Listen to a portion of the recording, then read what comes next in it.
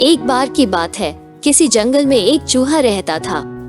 एक दिन जब वो अपनी बिल की तरफ लौट रहा था तो उसने एक गुफा में एक शेर को आराम करते देखा। शेर को मजे में सोते हुए देख चूहे के मन में शरारत सूझी।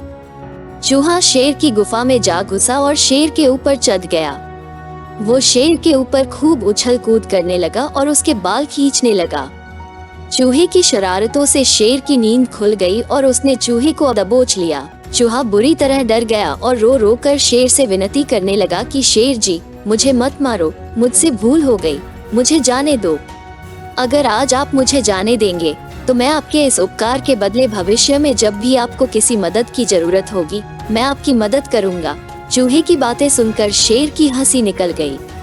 शेर ने कहा कि तुम तो खुद इतने छोटे हो, मेरी मदद क्या करोगे। चूहे की विनती सुनकर शेर को उस पर दया आ गई और उसने चूहे को छोड़ दिया। चूहे ने शेर को धन्यवाद बोला और वहां से चला गया। कुछ दिनों बाद जब शेर खाने की तलाश में इधर उधर घूम रहा था तभी अचानक किसी शिकारी के फैलाए जाल में फंस गया। शेर ने खुद को जाल से निकालने की भरपूर कोशिश की लेकिन निकल नहीं पाया। काफी देर कोशिश करने के बाद शेर ने मदद के लिए दहाड़ लगानी शुरू की। उसी वक्त वो चूहा उधर से गुजर रहा था कि उसने शेर की दहाड़ने की आवाज सुनी। वो भागकर शेर के पास गया और शेर को जाल में फंसा देख चौंक गया। उसने बिना देर करते हुए अपने नुकीले दांतों से जाल को काटना शुरू किया और कुछ ही देर में उसने पूरे जाल को काटकर शेर को आजाद कर दिया। चूहे की इस मदद से शेर की आंखें भर आईं और नम आंखों से शेर ने चूहे को धन्यवाद किया और दोनों वहां से चले गए।